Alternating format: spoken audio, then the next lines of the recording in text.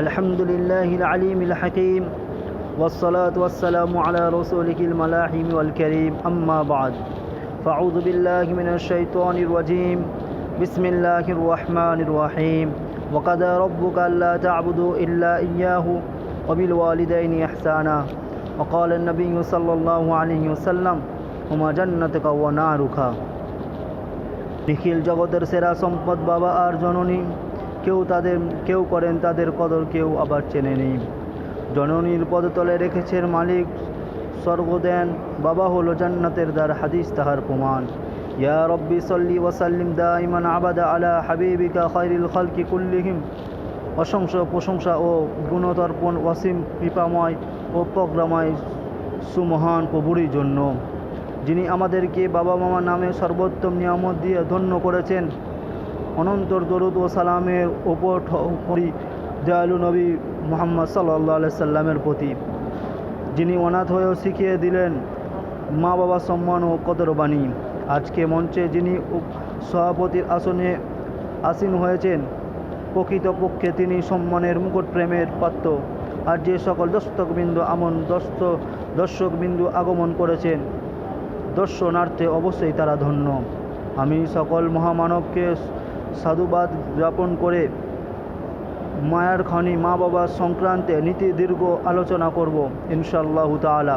তাই আপনাদের একাগ্রতা কামনা করছি। বন্ধুগণ, মা বাবা আল্লাহ তাআলার অন্যতম রহমত ও নিয়ামত, যার তুলনা না গোটা বিশ্বে আছে, না ছিল, না হবে। মা বাবা বিশ্বের বুকে প্রেমের উৎস, মহাব্বতের ভাণ্ডার।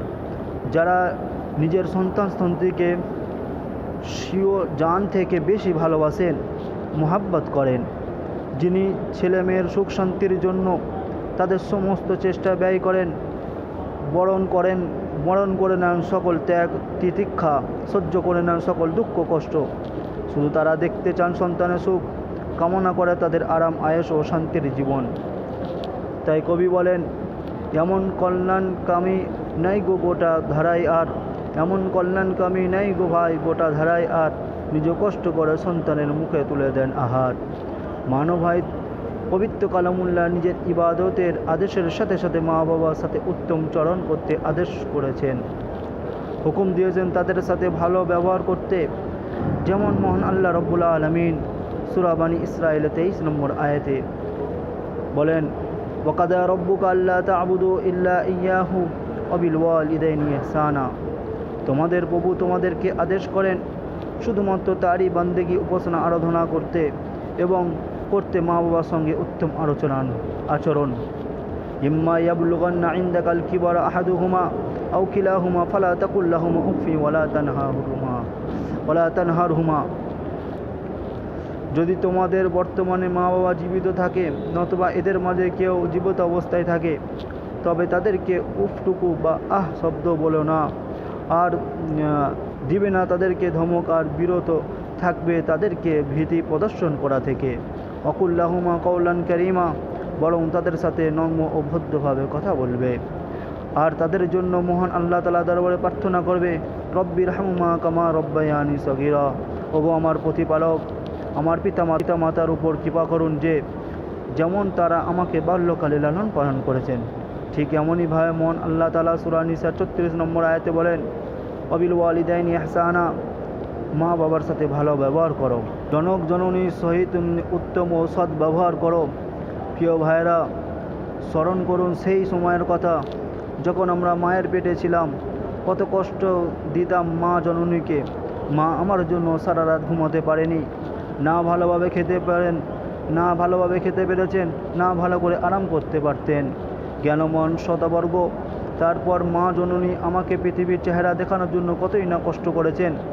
জীবন মরণের সাথে লড়েছেন, ছেড়ে দিয়েছেন জীবনের আশা, পান করেছেন মরণের সুধা।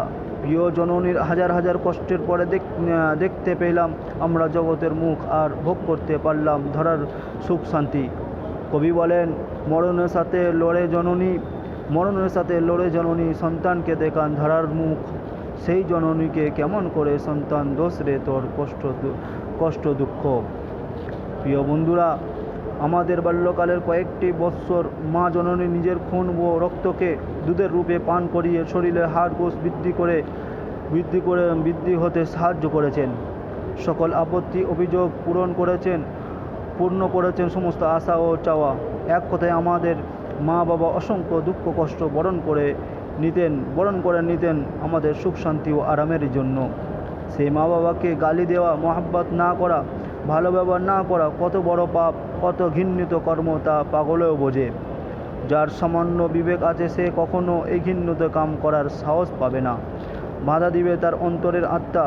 কিন্তু আক্ষেপের বিষয় এই যে জন্তুও জগতে আছে যারা মা বাবার সাথে খারাপ ব্যবহার করে, গালি দেয় এবং অসহ্য যন্ত্রণা দেয়। তাদের বিষয়ে